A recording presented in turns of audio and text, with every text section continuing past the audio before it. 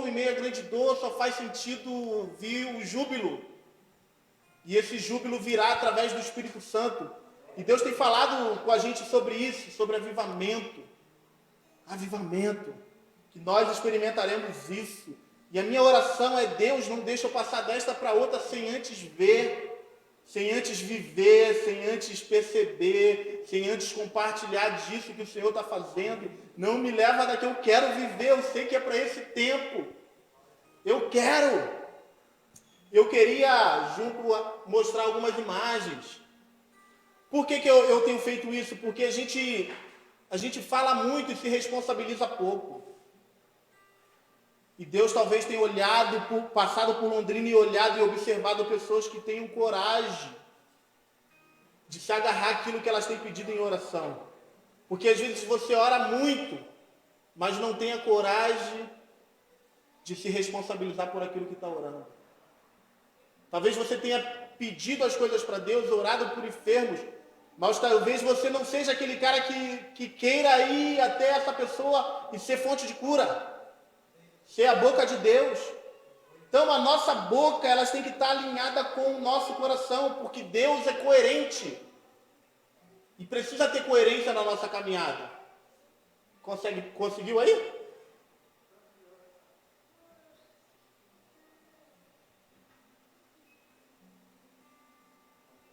As nossas andanças têm sido muito legais, porque a maioria delas a gente fala a respeito de evangelismo, né?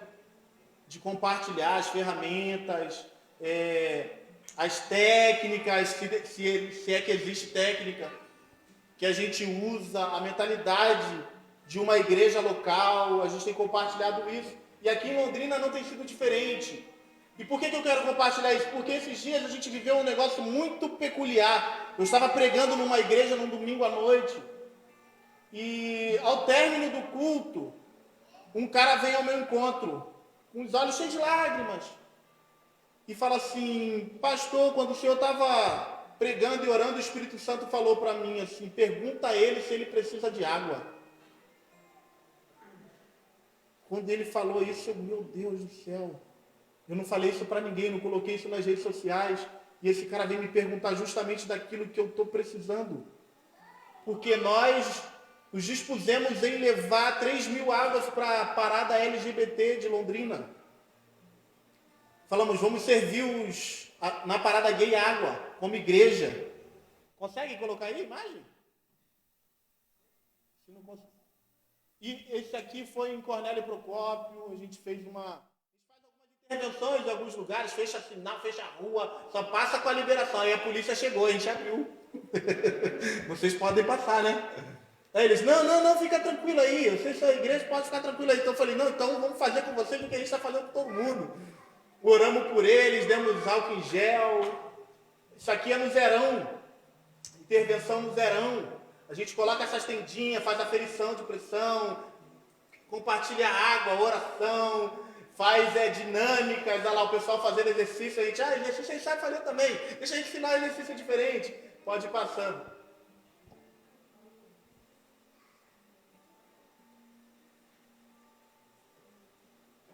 Se conseguir colocar aquela imagenzinha com um copo d'água assim, ó, aí já fecha. Tem muitos lugares aqui no norte do Paraná, e eu vou te falar o porquê que eu estou falando disso. É uma imagem que tem um copozinho assim, ó, com água.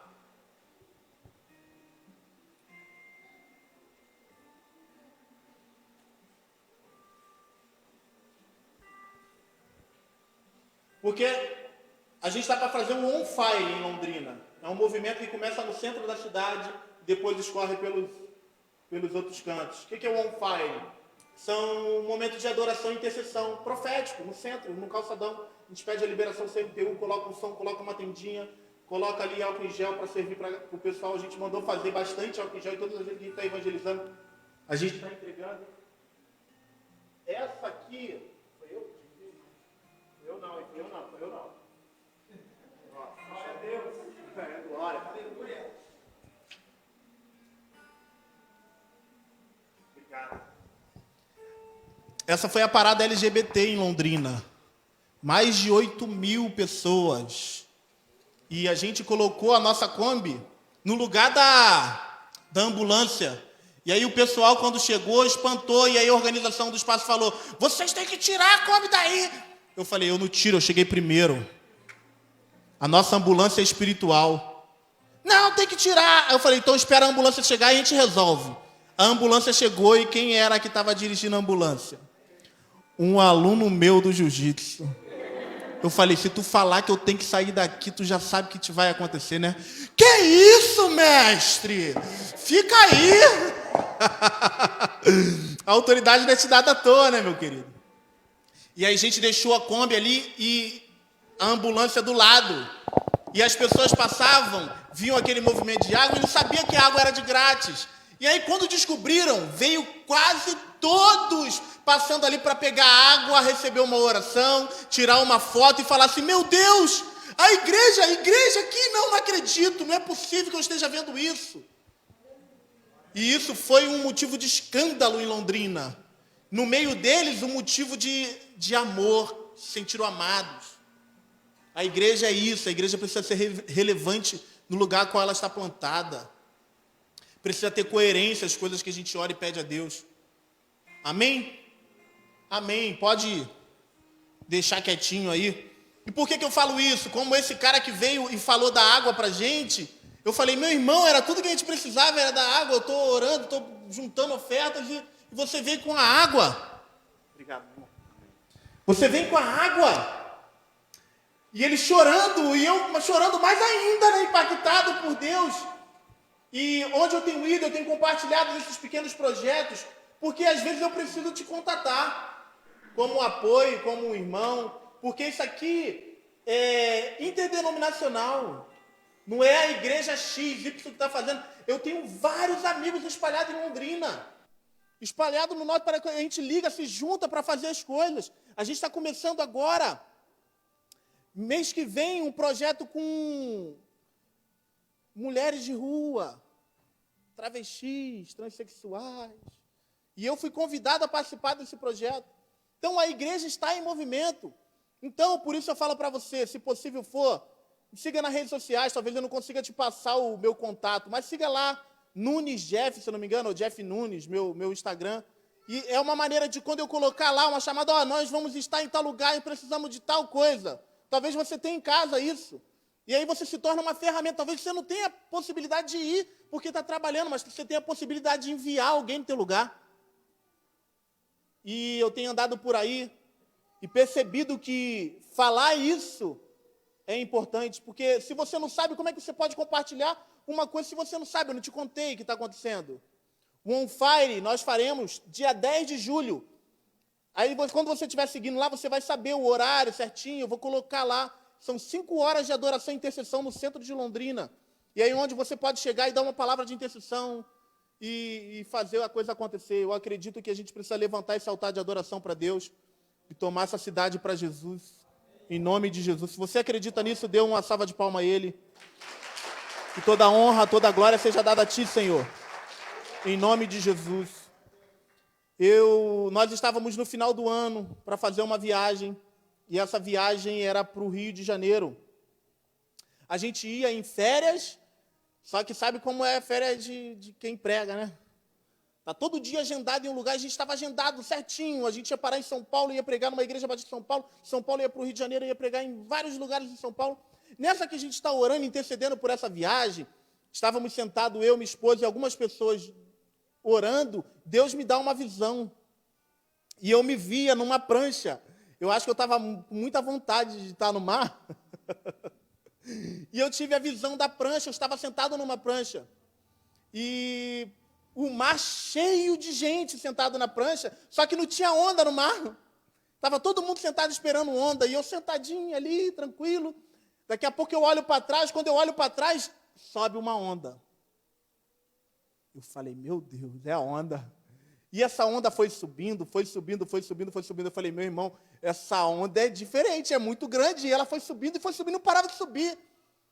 E eu percebi que ela estava subindo, eu comecei a remar. Só que quando eu começo a remar e olho para o lado, está todo mundo que estava na prancha sentado olhando para a areia, distraído, e a onda ia vir engolindo todo mundo. E o Espírito Santo fala para mim assim, ó, grita para eles, fala que a onda está vindo, para eles olharem para a onda. E aí, nesse momento, eu paro de remar e falo, a onda, a onda, a onda, a onda. Essa visão acaba. E Deus fala para mim assim, ó, eu estou começando um avivamento e muitas pessoas estão distraídas olhando para o lado errado. A onda tem se levantado e muitas pessoas estão com foco na areia em vez de olhar para a onda. Ei, esse é teu momento. Se você não viver isso, talvez você nunca mais viva. Passou, essa onda vem uma vez. E quanto tempo vai durar para vir de novo? Não se sabe, mas o teu momento chegou. Olhe para a onda, pegue essa onda. O Espírito Santo tem levantado essa onda para você surfar. E eu quero ler um texto, encontra-se em Mateus 25, no versículo 1, que diz assim, então o reino dos céus será semelhante a 10 virgens que, tomando as suas lâmpadas, saíram a encontrar-se com o noivo. 5 dentre elas eram nécias e 5 prudentes. As nécias, ao tomarem suas lâmpadas, não levaram azeite consigo. No entanto, as prudentes, além das lâmpadas, levaram azeite nas vasilhas. E tardando o noivo, foram todas tomadas de sono e adormeceram. Diga comigo, todas. Mas à meia-noite, ouviu-se um grito. Eis o noivo, saia ao encontro. Então se levantaram todas aquelas virgens e prepararam as suas lâmpadas. Deus tem mandado eu anunciar isso. Ei, acorda. Acorda, o teu tempo chegou, igreja. Esse é o teu tempo, esse é o teu momento. Deus fez esse tempo para você. Se a Covid não te levou, é porque Deus tem um propósito na tua vida. Levanta! Levanta! Este é o teu tempo, em nome de Jesus. Se você acredita nisso, dê um glória a Deus a Ele, amados. O tema da minha mensagem hoje é além dos muros. E eu quero que você preste atenção nisso, que você entenda o que Deus quer te falar. Amém? Eu quero que você abra a Bíblia comigo em Atos 10, no versículo 9. Atos 10, versículo 9. Esse texto é muito maravilhoso. Os estudantes de Atos vão entender algumas coisas maravilhosas nesse momento. Porém, o autor do livro de Atos, na minha percepção, como Jeff, ele tenha colocado essa história, esse texto, esse contexto, fora de contexto, que se fosse para colocar na ordem, isso aqui viria depois de Atos 12, porque a igreja está vivendo um momento de perseguição agora. E por conta de viver um momento de perseguição, as pessoas, os apóstolos, os discípulos que estavam em Jerusalém, tiveram que ser espalhados pelo mundo. E aí Pedro sai também, porque tinha acabado de ficar preso, e aí foi liberado por Deus, e aí para não ser preso novamente e matarem ele antes do tempo, ele tem que ir. É Deus produzindo o crescimento da igreja. E aí ele vai para uma cidade chamada Lida. Nessa cidade ele encontra um homem chamado Enéas, que jazia de cama mais de 8 anos, acamado, e ele cura esse homem. Ao perceberem e saberem que esse homem, Pedro, o apóstolo Pedro, estava em Lida, mandaram chamar ele para ir a Jope. Ele vai a Jope. Ao chegar em Jope, ele encontra uma mulher chamada Tabita, que por significado é o nome de Dorcas, uma mulher que cuidava das viúvas. Ela fazia roupas. Essas roupas salvou muitas pessoas do frio, do relento. E essa mulher tinha morrido. Pedro ora por essa mulher ressuscita. É uma mensagem linda, Dorcas, mas eu não vou parar aqui, eu vou continuar. E aí Pedro está em Jope, agora Pedro vai para a casa de Simão, um curtidor de pele. Amém? Jope foi o porto onde Jonas embarcou para a desobediência. Agora Pedro está numa cidade praiana, na casa de um curtidor. Se você estuda a Bíblia, você vai perceber que para o judeu estar num lugar como esse já era considerado impuro, porque ele não lidava com nada que era morto, com animal morto, com nada. Então você vai perceber que Pedro já está vivendo algo fora da caixa, porque o próprio Espírito Santo estava produzindo isso nele. Essa caminhada, essa andança, e você vai ver os sinais. Se você for estudar o livro de Atos, você vai ver que Atos se baseia em evangelismo. Você vai estudar de Atos 1 a Atos 12, a história do apóstolo Pedro e de alguns apóstolos, muito importante na transição desse evangelho. Aí do 13 ao 28 você vai ver a história do apóstolo Paulo inteira, de Jerusalém a Roma, de liberdade à prisão. É maravilhoso. Agora Pedro está na casa desse homem chamado Simão. E aí no versículo 9 diz assim: no dia seguinte, indo eles de caminho,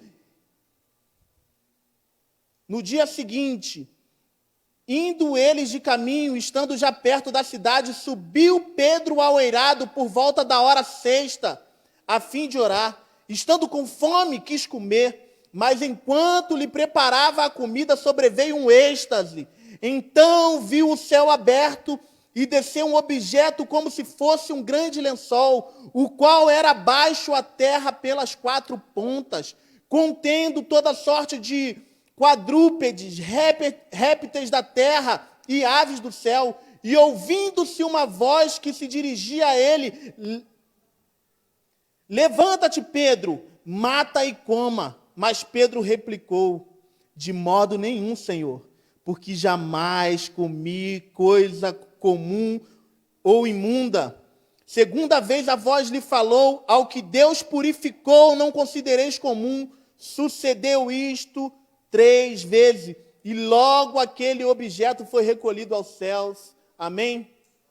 Amém. Pedro está diante de uma visão, e essa visão, olha para esse telão. Pedro via como se fosse um grande lençol. Esse lençol, a gente pode fazer a comparação do véu. Era como se fosse um véu colocado, esticado nas 4 pontas. O que Deus está falando? Se você for estudar a Bíblia, você vai ver que no templo existia um véu, e esse véu fazia a separação do santo lugar para o santo dos santos. Você não podia entrar no santo dos santos se não fosse o teu tempo de servir. A Bíblia fala que uma vez por ano o sumo sacerdote entrava lá para entregar a Deus o seu sacrifício. Mas se você estudar a história, você vai ver que logo após o sacrifício de Jesus, a palavra diz que o véu se rasgou de cima a baixo. A barreira foi rompida. Imagina o véu. Linho fino, podia ser uma parede, mas era um véu. E quando fala de véu, se você chegar perto, você olha lá, você consegue ver movimento. Se você colocar o ouvidinho ali, você ouve o barulho. Mas não conseguia fazer parte. Jesus, ele rompe o véu. Agora você não precisa mais viver como observador. Você pode fazer parte de tudo aquilo que ele está fazendo, de tudo aquilo que ele está falando. O véu se rompeu, o véu foi rasgado de cima a baixo. Isso quer dizer que de uma forma sobrenatural isso aconteceu. Agora Pedro está diante de uma visão. E Deus está falando para ele: ó, tá vendo? Mata e come. É como se Deus dissesse: existe uma barreira que você precisa romper. Porque a minha eu rompi. A minha, que era de mim para você, eu rompi. Agora você precisa romper a sua barreira. E qual é a nossa barreira? É de nós para o povo. É você ver literalmente o significado da cruz. Vertical e horizontal. Nós recebemos de Deus e aquilo que recebemos, partilhamos. E por que isso ainda é uma barreira? Por que ainda é tão difícil levar isso ao mundo, partilhar, dividir? E Deus está dizendo para Pedro: Pedro, existe uma barreira que você precisa romper. Por isso, mata e coma. Pedro, judeu, costumes muito fortes. Ele falando: de modo nenhum eu vou matar e vou comer. Eu nunca fiz isso, nunca comi algo impuro. E aí Deus fala a segunda vez com ele. Ele fala: eu não vou não, eu não. Qualquer um, menos eu. Ele briga com Deus, discute com Deus. Deus mostra a terceira vez. Tem profeta nessa casa? Quem é profeta, levanta a mão. Imagina Deus te dando uma visão. Ele te dá uma visão de algo. Você recebe a visão, amém, glória a Deus. Deus precisa te mostrar de novo essa visão, irmão. Uma só não basta. Ele mostra 3 vezes para Pedro. E é o que choca Pedro, sabe por quê? Porque Pedro, depois que ouve, pela 3ª vez, ele... Opa! Espera aí. Está querendo falar alguma coisa comigo. Pedro era marcado no 3. Jesus disse para Pedro, você vai me negar. 3 vezes me negará. Não, eu duvido. Eu estou pronto para ir com você para a morte. Eu não te nego, não. O que acontece com Pedro? Pedro nega. Porque Pedro se via forte. Mas Deus conhecia Pedro fraco. E mesmo assim não rejeitou. Depois da crucificação, Jesus ressurreto aparece para Pedro numa praia e 3 vezes ele fala, você me ama? Amo, Senhor. Apacenta minhas ovelhas. Pedro era marcado no 3, então quando Deus fala 3 vezes com Pedro, acontece um estralo dentro dele. O espírito dele aguça, é como se Deus dissesse assim, ó, um dia você falou para mim que não ia me negar e me negou. Pedro, o que eu estou colocando para você é urgente. E aí, você vai me negar de novo?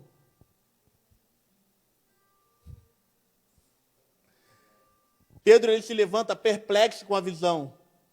E o Espírito Santo lhe dava o entendimento de que ele deveria cumprir, de que ele deveria fazer. Mas eu entrei em crise, eu fiz algumas perguntas quando preparava essa palavra. Por quê? Porque a quem Deus purificou?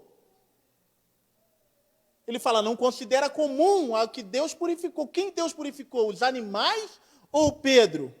Se você for a fundo na Bíblia, em Marcos 7, no versículo 18, diz que Deus, ele purificou todos os alimentos. Ele disse, o mal não está no que entra, mas no que sai. Se você for em Tito, ele vai dizer também assim que tudo é puro para os que são puros. Agora ele fala de Pedro. Então, Pedro, se você não consegue considerar os feitos, as coisas que eu estou te mostrando, por conta da lei ou da cultura que você carrega, tem como você negar aquilo que eu fiz dentro de você? Tem como negar a transformação que Deus te fez? Então, se você não consegue atestar pelo que eu fiz aqui fora, ateste pelo que eu fiz aí dentro. Eu te transformei. Eu mudei a tua história. Tem como negar? Não tem como negar. Então vá por isso, vá porque eu te purifiquei. Então não consideres comum. Amém? A minha cabeça turbilha, né? Ela vem um monte de coisa na minha cabeça, porque se você for ler esse texto de Marcos 7, os fariseus estão censurando Jesus por comer de mãos sujas. E aí Jesus, ele fala uma palavra, não sei se você se atentou a isso, quando leu, ele fala assim, vocês estão criticando a gente por comer de mãos sujas, mas todas as vezes que vocês chegam diante dos pais de vocês, vocês dizem que as vossas ofertas é corbã. Já ouviu essa palavra? A palavra corbã, ela tem como um significado de oferta santificada. E aí Deus está falando assim, porque Jesus está falando para esses fariseus assim, ó, vocês têm como lei honrar pais e mães, e todas as vezes que tem que honrar o pai e a mãe, compartilhar das riquezas que vocês carregam, vocês falam que as vossas riquezas é corbã. O que quer dizer? Era sacrifício de oferta a Deus.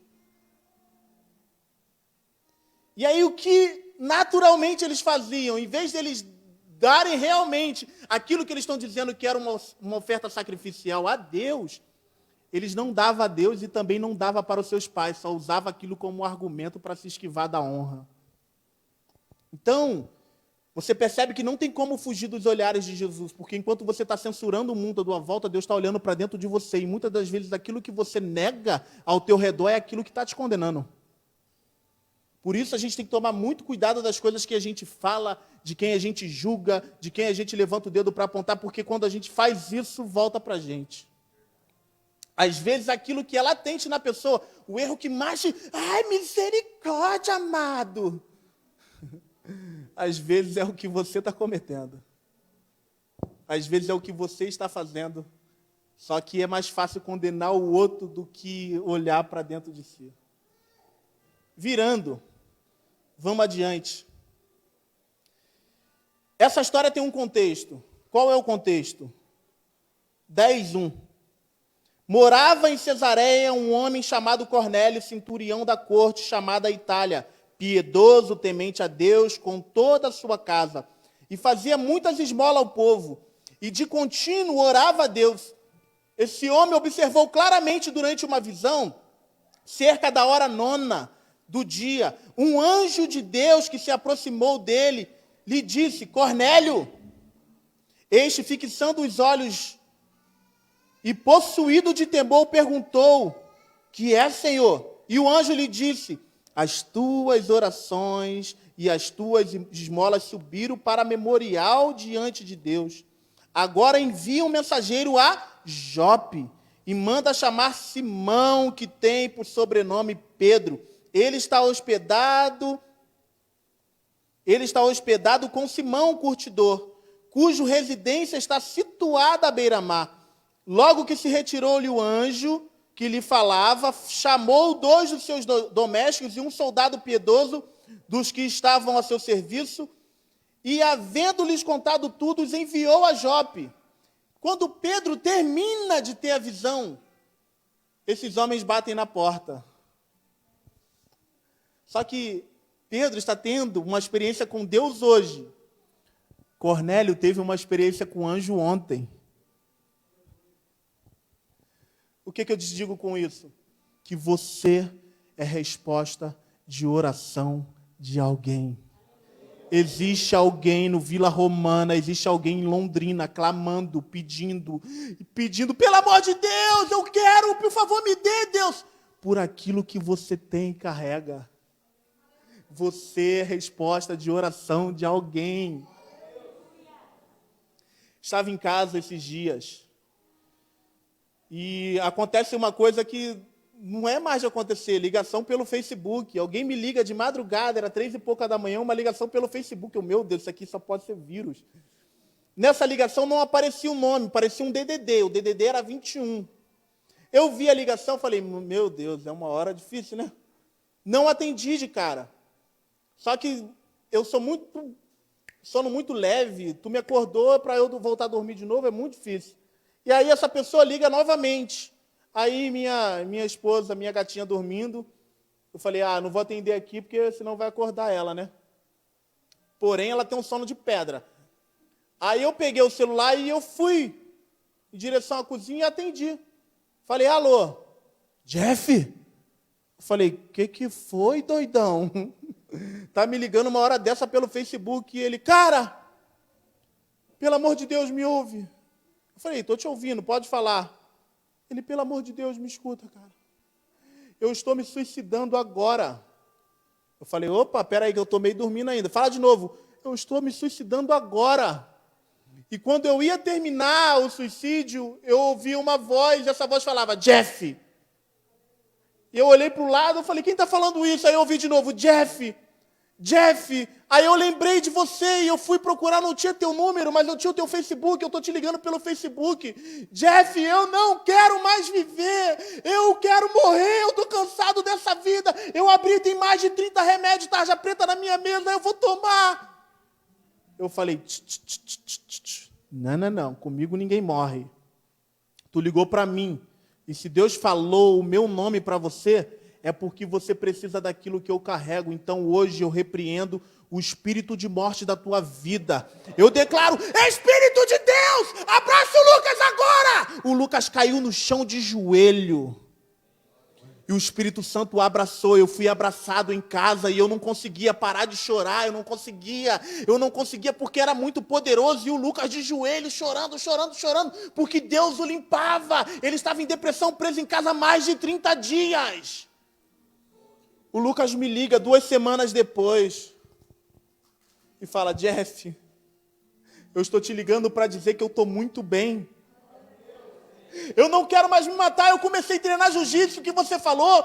Eu comecei a correr, eu comecei a me exercitar, eu estou muito bem. Obrigado, Jeff. Ei, existe alguém clamando. Existe alguém pedindo, intercedendo por aquilo que você carrega.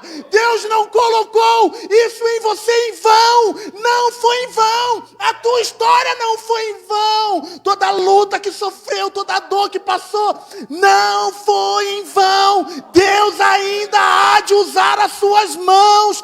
Deus ainda há de usar a tua história, porque existe alguém agora clamando por aquilo que você carrega. Você é a resposta de oração de alguém. Se levante, é com você. Rompa esta barreira. Estávamos em casa um dia desses, numa virada de ano. Foi maravilhoso, tudo maravilhoso, família reunida. E a nossa filhinha, ela tá por aí, ela é bem bagunceira, tá? O senhor sabe. Ela adoeceu, ficou com febre. Mas assim, foi coisa de minuto. E a gente não entendeu. Quando a gente foi perceber e medir, a febre dela estava 39,5. Falei, meu Deus do céu, essa menina não tem nada, não tem uma gripe, não tem nada aqui. Essa menina está doente.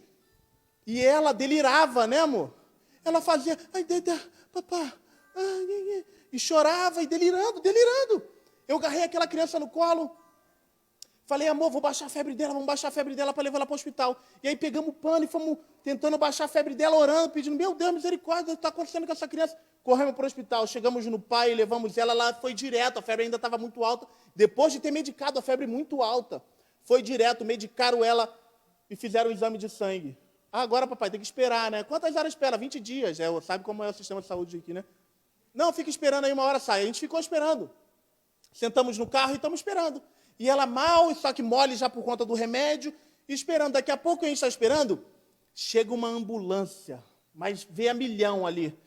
Entrou no pai, daqui a pouco entra um carro, sai duas mulheres desesperadas. Daqui a pouco chega um outro carro, sai uma senhora e um homem. E a gente dentro do carro, e a gente aquele reboliço no hospital, entra enfermeiro, corre enfermeira, entra médico. Eu nunca tinha visto isso aqui. Começamos a interceder, começamos a orar. Deus, o Senhor venha fazer, né? Nós não sabemos o que está acontecendo, mas o Senhor sabe, Pai. Usa a vida desses médicos, a gente não sabe quem chegou nessa ambulância, mas talvez esteja precisando do teu agir agora. Eu ouço uma vozinha no meu espírito falando assim, ó, levanta-te e fale com aquele homem. Eu falei assim, eu estou viajando, né? Mas amém. É o espírito evangelista dentro de mim, né? Eu falei, amém. Dá 2 minutinhos, depois a minha esposa fala assim, amor, eu estou sentindo de você ir lá falar com aquele homem. Aí eu falei, é mistério dos grandes. Falei, vamos orar mais um pouco. E continua orando. Meu filho que está sentado ali, o Breno, eu sou pai de multidões. Ele fala, papai, eu também estou sentindo de você falar com aquele homem. Eu falei, meu irmão, se não é Deus falando comigo, é Deus gritando, 3 confirmações, 3 palavras. Eu vou. Não sou covarde. Peguei, comecei a falar em língua, xaracatalabassori, alabaxeirabassori, e estou indo na direção desse cara. Nessa que eu estou indo na direção desse cara, que eu estou chegando perto dele, o Espírito Santo fala um negócio no meu ouvido, fala assim para ele, filho, que o filho dele não morrerá. Eu cheguei nesse homem e falei, Deus manda eu te dizer, o teu filho não morrerá como prova de que ele é o teu Deus. Esse cara cai de joelho no chão chorando muito. A senhora cai de joelho no chão chorando. Ela vem e me abraça. E moveu o reboliço do Espírito Santo. Esse cara levanta. Cara, você não tem noção do que você está me falando. Eu falei, fala, que eu não tenho mesmo. Ele falou, estávamos em casa reunidos, festejando a virada de fim de ano. Minha mulher foi sair com o carro para ir para sua casa. Bateu numa coisa, não sabia o que era, falou, quebrei meu carro, voltou. Ela atropelou o nosso filho na ida e atropelou o nosso filho na volta. Ele está entre a vida e a morte. E você vem me falar uma coisa dessa? Sem saber. Sem saber. Eu não sabia. Ficamos longas horas ali esperando o resultado. A Helena, sai o resultado da Helena. A Helena não tinha uma febre, não tinha uma gripe, não tinha uma garganta. O médico falou, não sei por que vocês trouxeram ela que ela não tem nada. Deus nos tirou de casa para falar com aquele homem. Deus nos tirou de casa. Ele colocou uma febre na minha filha para que eu pudesse falar para aquele homem uma palavra. Uma palavra. Às vezes você está dizendo assim para Deus, eis-me aqui, Deus, eis-me aqui, Deus. Deus vai usar tudo que você tem. Todas as vezes que você se dispuser, quando você se colocar na presença dele, ele vai usar tudo que você você tem, mesmo que seja colocar uma doença no teu filho, mas Deus vai mover a tua vida de forma sobrenatural, para que você experimente, não só experimente, mas compartilhe do poder de Deus que há em ti. Você é a resposta de oração de alguém. Você é a resposta do choro de alguém. Existe alguém sofrendo nessa Londrina que o teu abraço é capaz de curar. Existe alguém agora querendo dar cabo da vida e que suas orações, não só suas orações, os seus pés, as suas mãos, os seus abraços, é capaz de livrar essa pessoa da morte. É com você. Deus está falando contigo essa noite. Ele está dizendo, filho, filha, é urgente. É agora, o avivamento começou. Acabou o tempo de silêncio. Acabou o tempo de silêncio, porque Deus fala contigo. Se você usar as ruas como púlpito, Ele te dará uma cidade como igreja. Por isso se movimente em tempo e fora de tempo.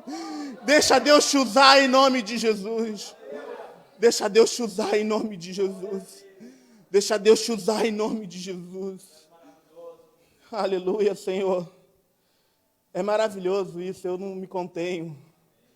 Eu vinha para cá pensando, eu não vou gritar hoje. Eu grito muito quando eu prego, mas eu não consigo. É mais forte que eu. É mais forte que eu, é um ímpeto que entra. Eu não consigo conter. A minha vida, eu nasci para isso, gente, eu sou caso perdido. Eu falo para minha esposa todos os dias, eu falo para minha família, eu sou caso perdido, gente. Não queira não me ver nessas coisas aí, não nasci para esse mundo, eu nasci para Deus, cara. E eu vou para onde esse vento me soprar. Eu vou para onde esse vento me soprar. Eu nasci para isso. Essa história continua. Enquanto Pedro ainda estava perplexo de qual seria o significado da visão, esses homens chegam. E enquanto meditava Pedro acerca da visão, disse-lhe o Espírito Santo, aí estão 2 homens que te procuram, levanta-te, desce, vai com eles, nada duvidando, porque eu os enviei. Descendo Pedro para junto dos homens, disse,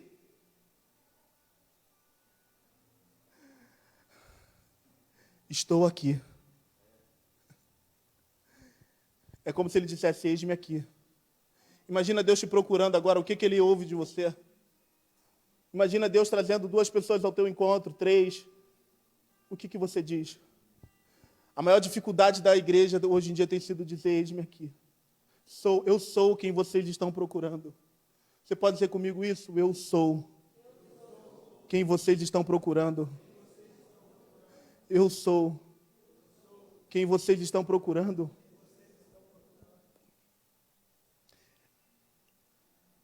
Eu acho muito profunda essa mensagem, porque são coisas peculiares que Deus falou comigo e eu falei, eu naturalmente eu não teria o poder de fazer isso. Porque nota, há 1 dia e meio atrás o Cornélio está tendo uma visão, e nessa visão aparecia um varão de branco, um anjo. Há 1 dia e meio depois, Pedro está tendo uma visão, e nessa visão quem está falando com Pedro? Deus. Só que 1 dia e meio atrás, o anjo não podia ter dado tudo para Pedro, gente. O anjo se revelou. O anjo podia ter chegado em Pedro e falar aqui, para Cornélio, e falado aqui, toma aqui, Cornélio. Toma aqui, recebe o batismo. Não. Agora parece 1 dia e meio depois, Deus falando com Pedro, falando, Pedro, agora eu quero que você vá lá. Deus já tinha confirmado para Cornélio a presença de Pedro sem falar com Pedro. Dá para entender isso? Isso significa que Deus tem o controle da sua vida. Ele sabe o que vem amanhã. Você não sabe, mas Ele sabe o que vem amanhã. Mas não te preocupes com o amanhã. Te preocupes com hoje. Em se manter íntegro, fiel, obediente hoje. Porque Deus entende das coisas. Deus já confirmou a tua presença em alguns lugares desse país, dessa cidade, dessa nação, e você nem sabe. Talvez você está dizendo assim, eu precisava de 3 confirmações, e Deus está te dizendo, eu já confirmei coisas dentro de você. Eu te levarei. Mas tem uma coisa muito importante aqui. Sabe por que Deus manda Pedro a Cornélio? Porque o anjo não podia revelar a Deus para Cornélio como Pedro podia revelar. Porque o anjo não vê Deus como Pai. O anjo vê Deus, como Criador. Mas Pedro não. Pedro vê Deus como um Pai. E o próprio Jesus diz que ele faz as coisas que vê o Pai fazer. Ele revela a natureza do Pai aqui na terra.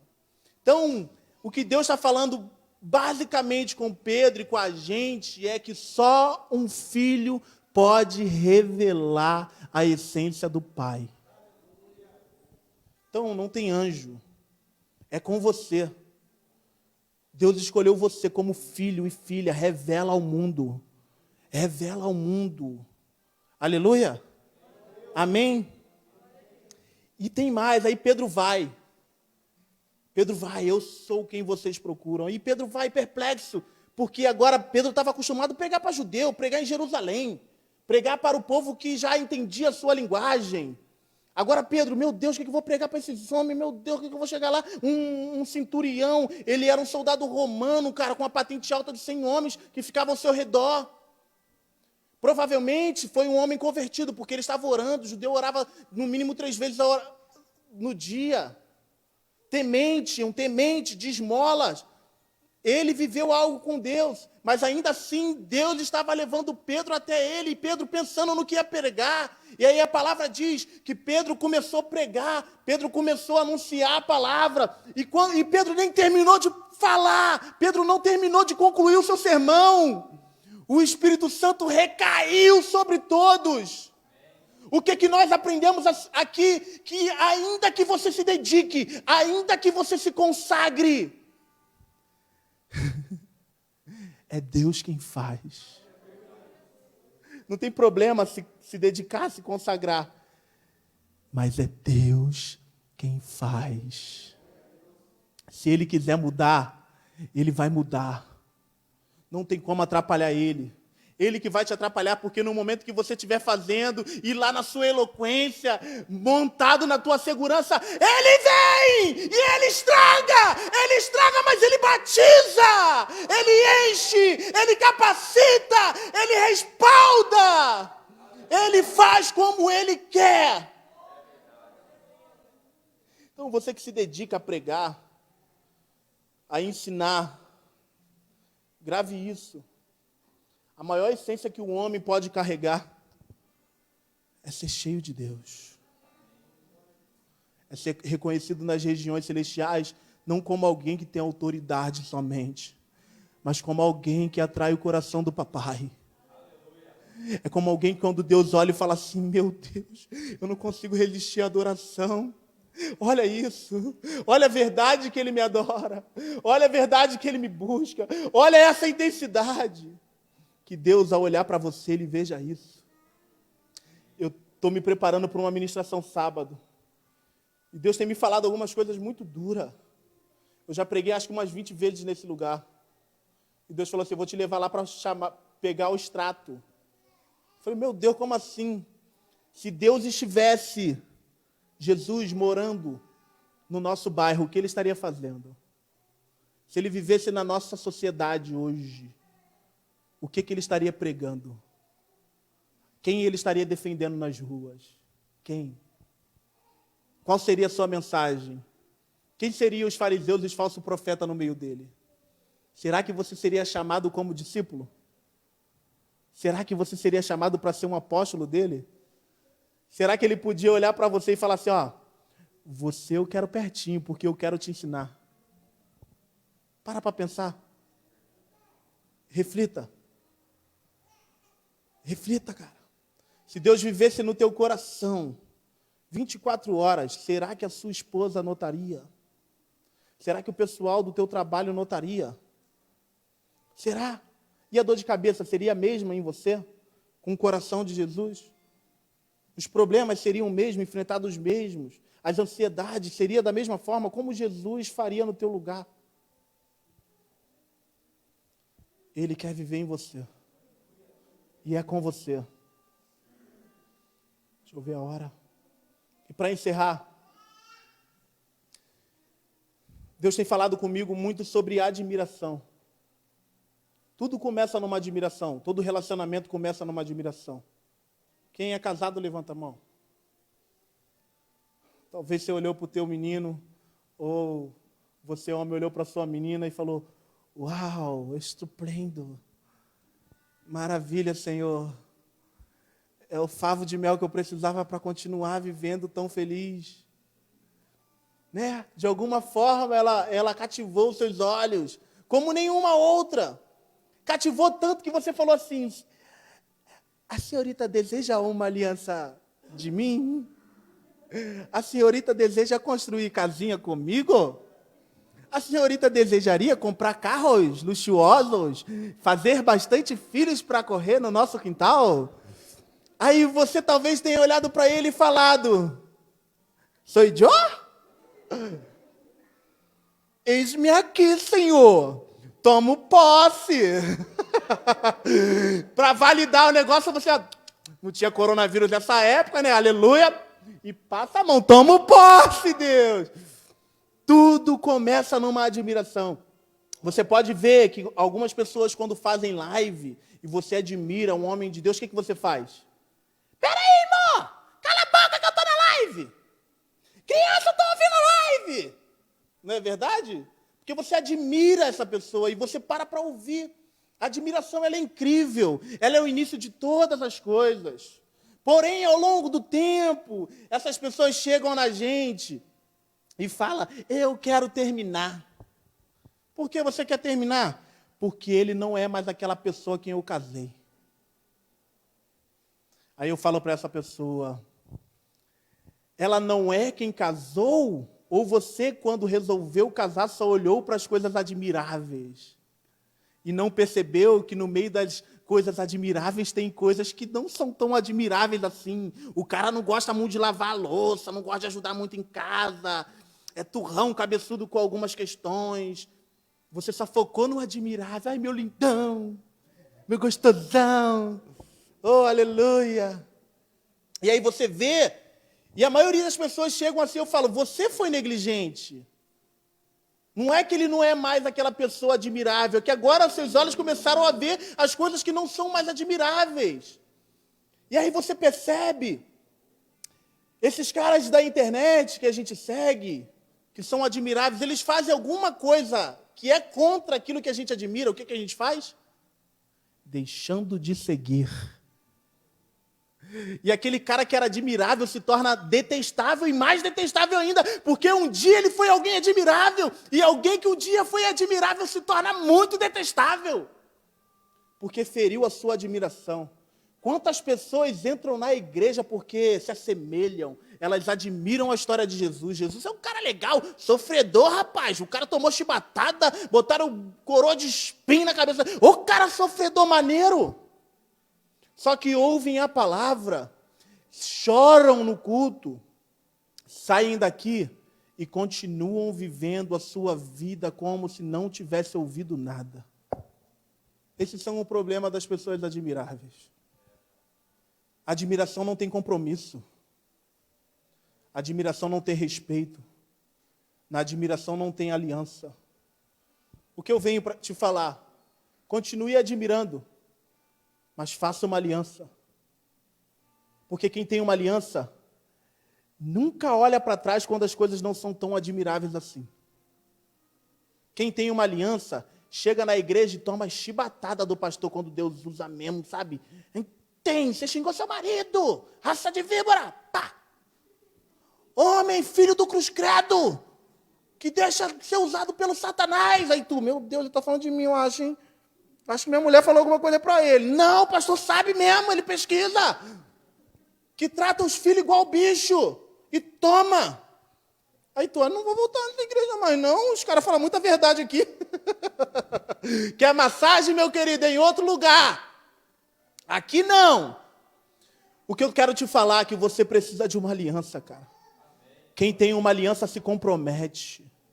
Quem tem uma aliança não deixa faltar o aluguel em casa, não deixa faltar comida para os filhos. Quantos homens aqui perdem noite de sono aí? Caraca, Não bate, a conta não bate, não fechou, amor, foi mandado embora, e agora, e agora, e agora? Isso é o peso de quem tem o compromisso, que Deus está te dizendo. Ei, você precisa ter compromisso. Você precisa deixar de ser somente um admirador e ter uma aliança. Uma aliança, porque uma aliança se dedica, respeita, se submete e não volta atrás. Não volta atrás. Outro dia eu venho falar mais sobre aliança, porque Deus me deu uma palavra esses dias sobre aliança, falando sobre a aliança de sal. Uma aliança que não se deteriora no fogo. Ele fala para as ofertas de cereais tacar sal. Como assim tacar sal nas ofertas de cereais? Sim, o sal representa a aliança de Deus com você. Nada tão difícil nessa vida, nem o calor do fogo é capaz de destruir. O que Deus espera de você é isso. Uma aliança. Uma aliança. Fica de pé no teu lugar.